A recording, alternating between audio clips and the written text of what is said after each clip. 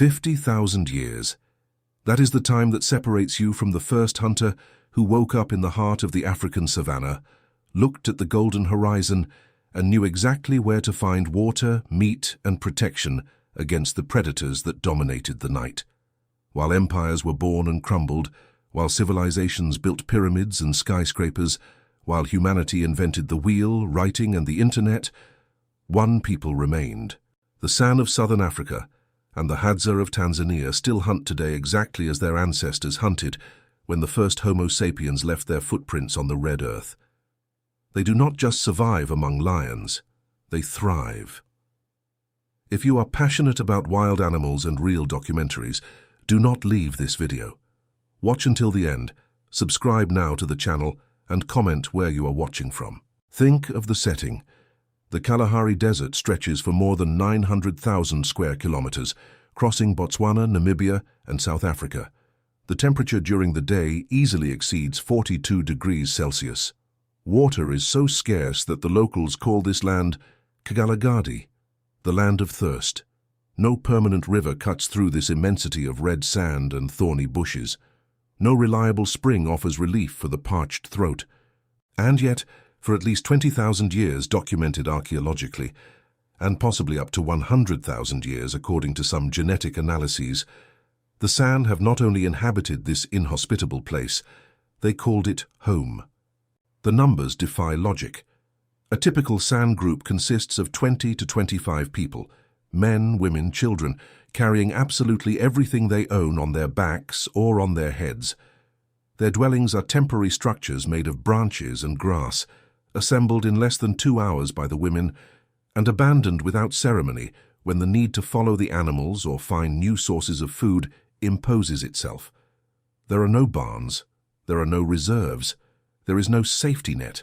Each dawn brings with it the same question that their ancestors faced 500 generations ago. Where is today's food? And yet, researchers who lived with the San in the decades of the 1960s and 70s discovered something that contradicts all Western expectations about primitive life.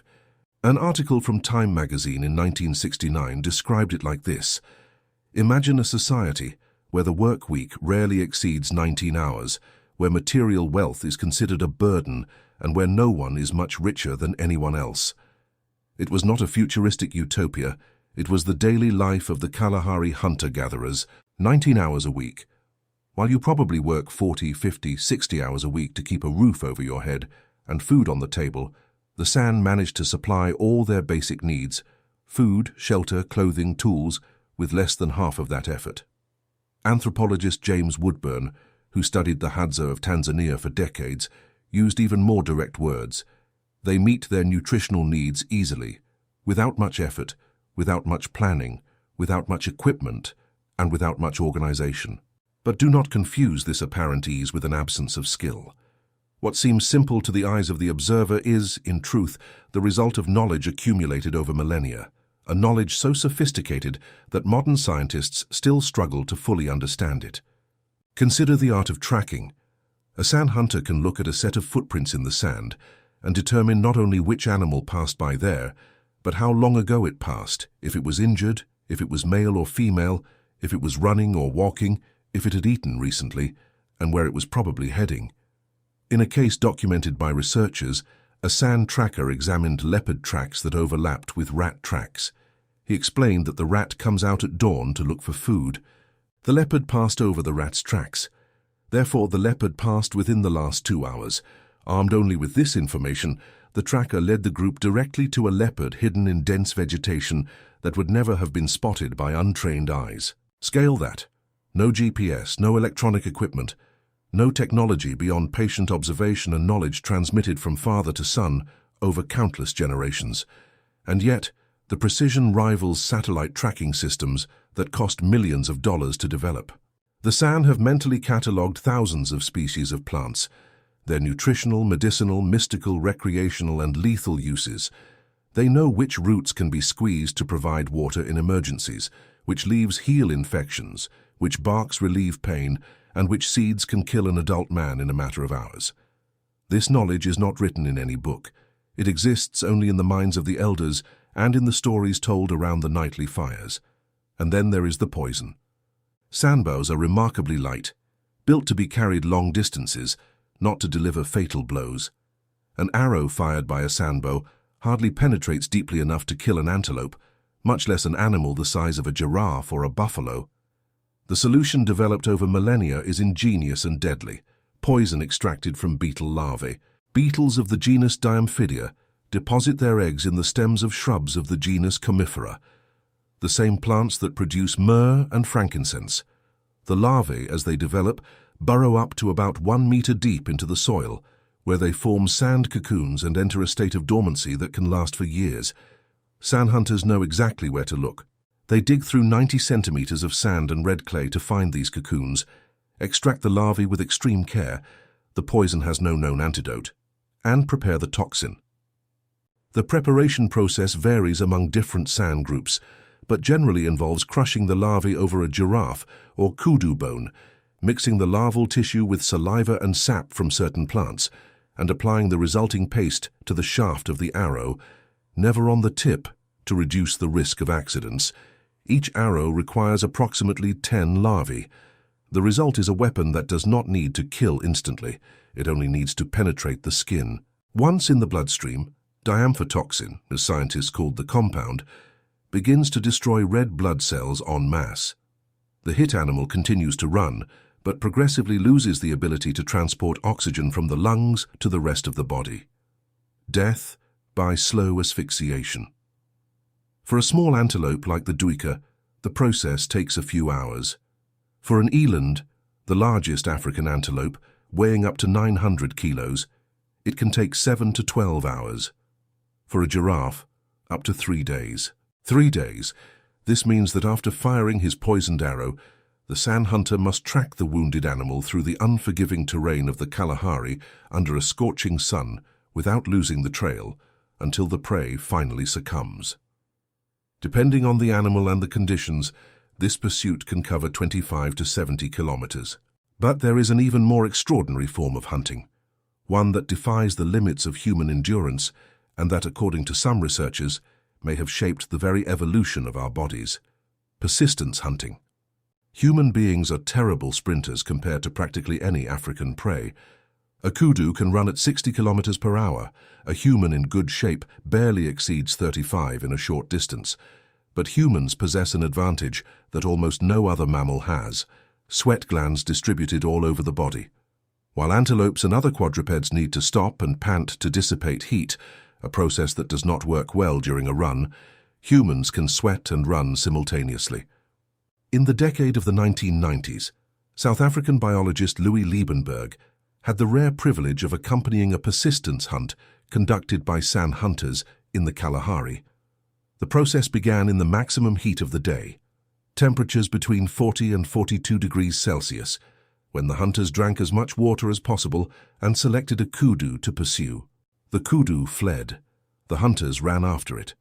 When the animal stopped to rest in the shade, the hunters located it by its tracks and startled it again, forcing it back into the scorching sun.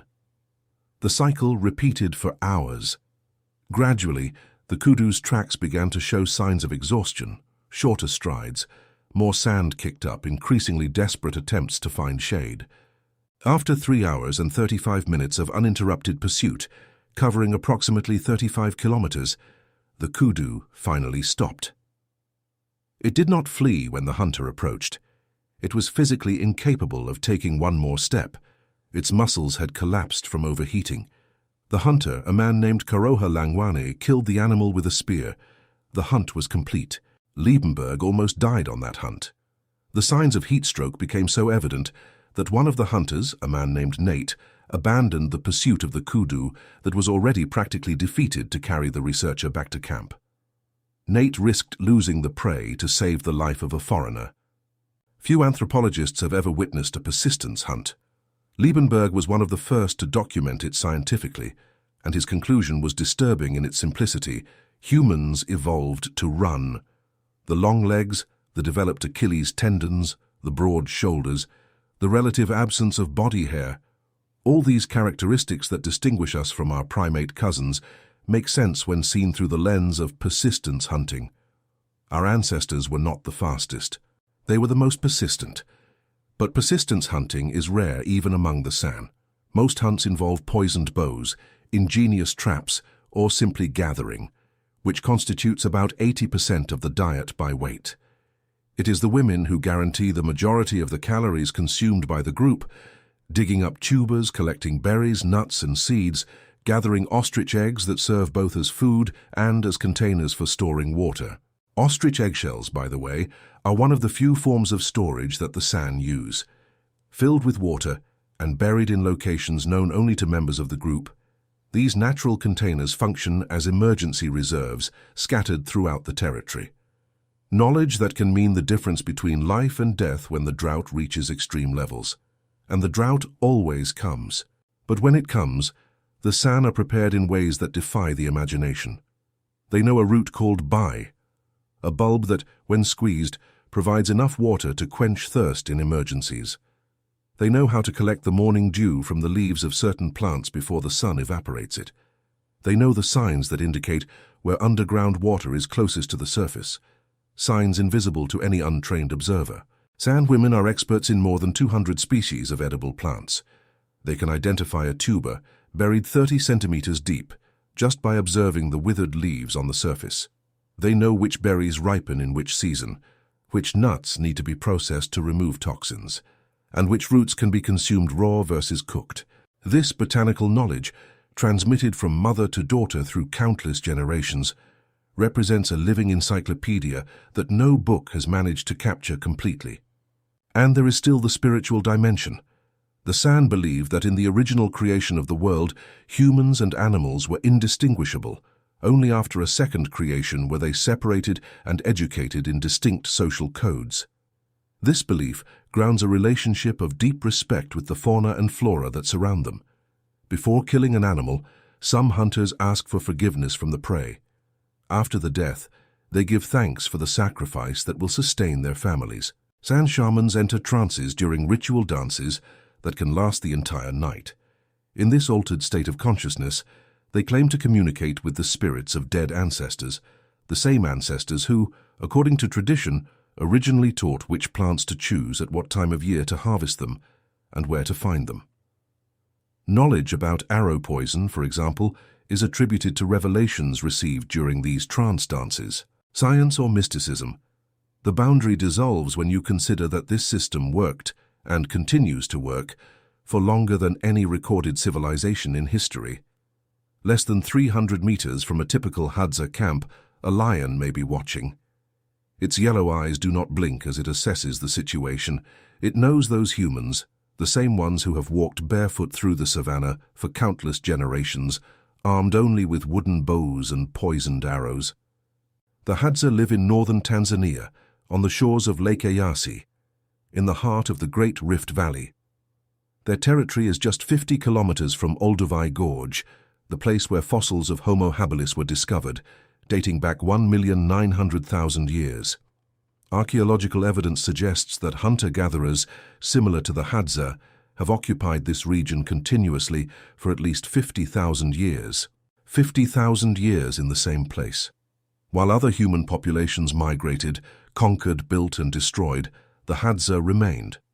Their language, an isolated language full of consonant clicks that has no known relation to any other language on the planet, carries no memory of migration.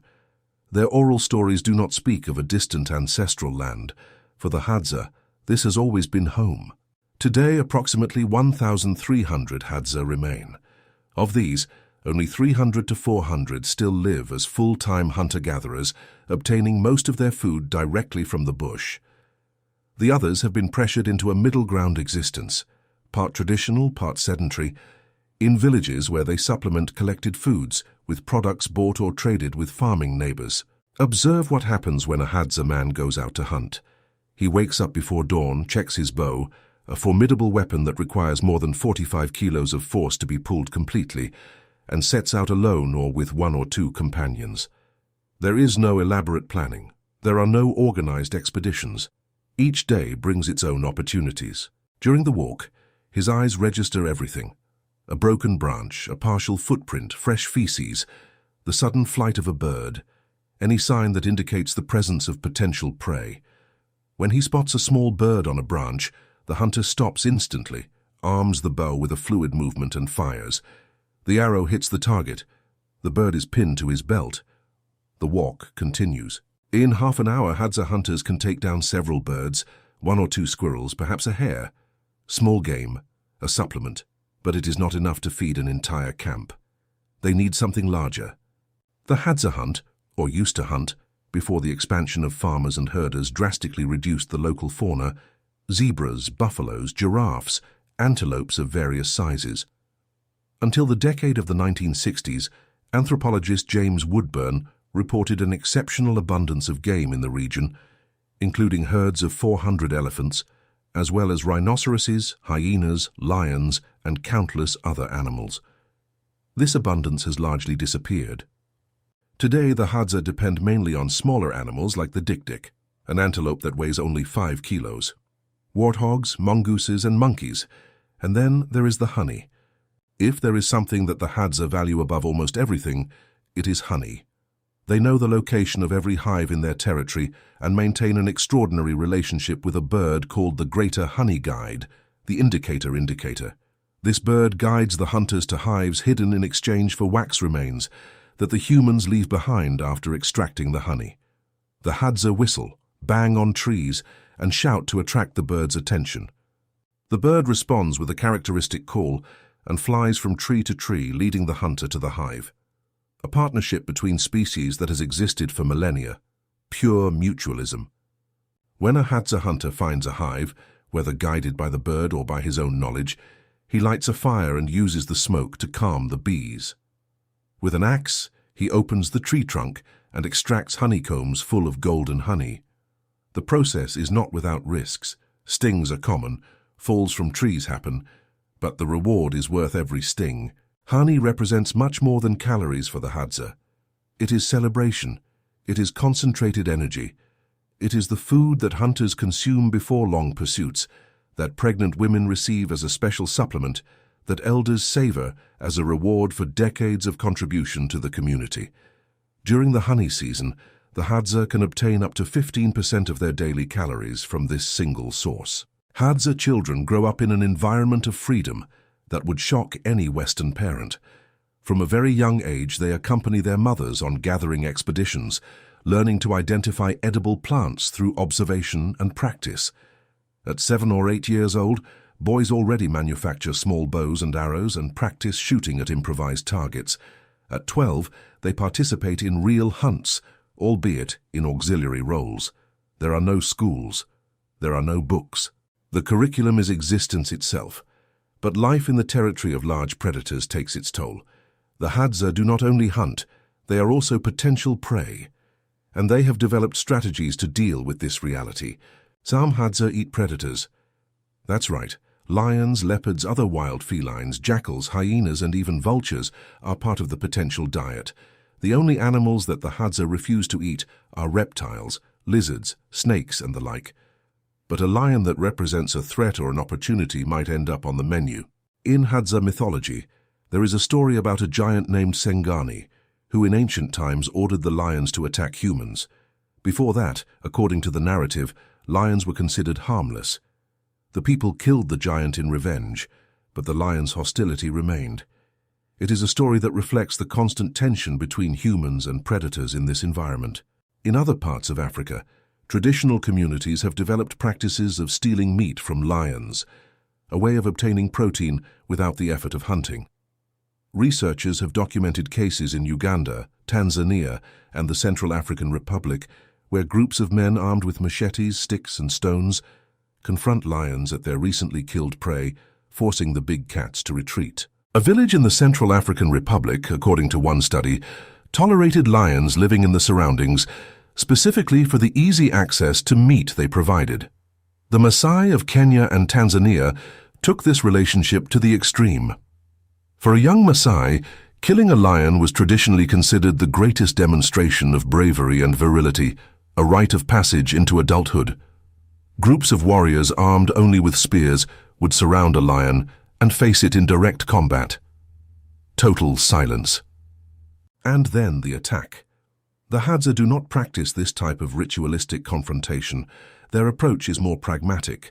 Avoid when possible, face when necessary, take advantage when the opportunity arises. But coexistence with predators has shaped their existence in subtle and profound ways. Hadza camps are temporary by design. A typical group remains in one location for a week to 2 months before moving. When conflicts arise, or when predators become problematic, the most common solution is not confrontation, but moving. Why risk lives when there is enough territory to simply go somewhere else? This philosophy of conflict avoidance permeates the entire Hadza social structure. There are no chiefs. There is no formal hierarchy. Decisions are made by consensus through discussion. When consensus is not possible, the dissenters simply leave and join another group. It is a form of social organization that minimizes tension and maximizes flexibility, essential characteristics for surviving in an environment where adaptability overcomes brute force. Hadza men spend on average only 3 to 4 hours a day hunting or gathering. The rest of the time is dedicated to socialization, rest, making tools, and simply being present with the community. Women follow a similar pattern. There is no accumulation of wealth. Any excess meat is immediately shared with the entire camp. The hunter who kills a large animal receives the skin as a symbolic reward, but the meat belongs to everyone. It worked. For 50,000 years this system worked. Without hierarchy, without accumulation, without private ownership of land, without domestication of animals, without agriculture, the Hadza and the San demonstrated that an alternative form of human existence exists, a form that our ancestors practiced during 99% of our species' history. But the world around them changed. In the last 50 years, the Hadza have lost 90% of their traditional territory. Farmers have expanded their crops over hunting lands. Datuga herders brought herds of goats and cattle that deplete water sources and destroy the vegetation that sustains the wildlife. A private hunting reserve was established in the western lands of the Hadza, and the Hadza are officially prohibited from hunting in it. The irony is devastating. The last hunter-gatherers of East Africa prevented from hunting on their own ancestral land. In 2011, a Hadza community of 700 people received legal titles to approximately 23,000 hectares of land, a historic milestone. The first time the government of Tanzania formally recognized the territorial rights of a minority tribe. But 23,000 hectares is a fraction of what they possessed, and the pressure continues. Alcohol arrived. Well-intentioned visitors bring gifts that include distilled drinks, substances that were never part of the traditional Hadza diet and for which they have not developed cultural or physiological tolerance. Researchers report encounters with Hadza women visibly drunk in camps where children suffer from diarrhea and malnutrition. The tourism that should preserve the culture is, in some cases, accelerating its destruction. The San face similar pressures. In 2002, the last hunter-gatherers were forcibly evicted from the Central Kalahari Game Reserve in Botswana, officially to provide them with services like schools and medical care, in practice, to clear the way for diamond mining. The communities were confined to sterile settlements in hostile environments where few of the promised services materialized. A legal battle that lasted years eventually restored the San's right to live in the reserve. But the damage was already done. Generations of knowledge were lost when the elders died in urban settlements, far from the land that sustained not only their bodies, but their identity. And here is the final tragedy. Western scientists have spent decades studying the San and the Hadza, collecting DNA samples, analyzing sleep patterns, investigating the composition of the gut microbiome, measuring stress levels, documenting tracking techniques. They discovered that these peoples are, in many measurable aspects, healthier than modern urban populations. Less heart disease, less diabetes, less depression, more gut microbial diversity, better sleep quality, lower incidence of autoimmune diseases. Hunter-gatherers do not just survive, they thrive in ways that the developed world has forgotten. But the knowledge that sustains this prosperity cannot be downloaded from the internet. It cannot be learned in a weekend course. It takes a lifetime to master, and an entire civilization to develop. When the last sand tracker forgets how to read the footprints that his eyes always knew how to interpret, When the last Hadza hunter puts away his bow for the last time, something deeper than knowledge will have disappeared. The living proof that humanity does not need to dominate nature to live will have died. It is enough to understand it. For 50 millennia, these peoples demonstrated that abundance is not measured in accumulation, that wealth does not require destruction, that community does not depend on fences. Western scientists spent decades trying to understand how the San read footprints with the precision of a GPS system. The answer was never in formulas. It was in attention, in patience, in the humility of observing before acting, skills that the modern world, in its infinite haste, has unlearned. Perhaps the greatest gift that the ancestral hunters of Africa can offer is not their knowledge of poisons or tracking. It is the uncomfortable reminder that the way we live today, with chronic anxiety, disconnection from the land, mass loneliness, is not the only possible way. For 50,000 years there was another way, and in some remote corners of the continent where humanity was born, that way still breathes. For now.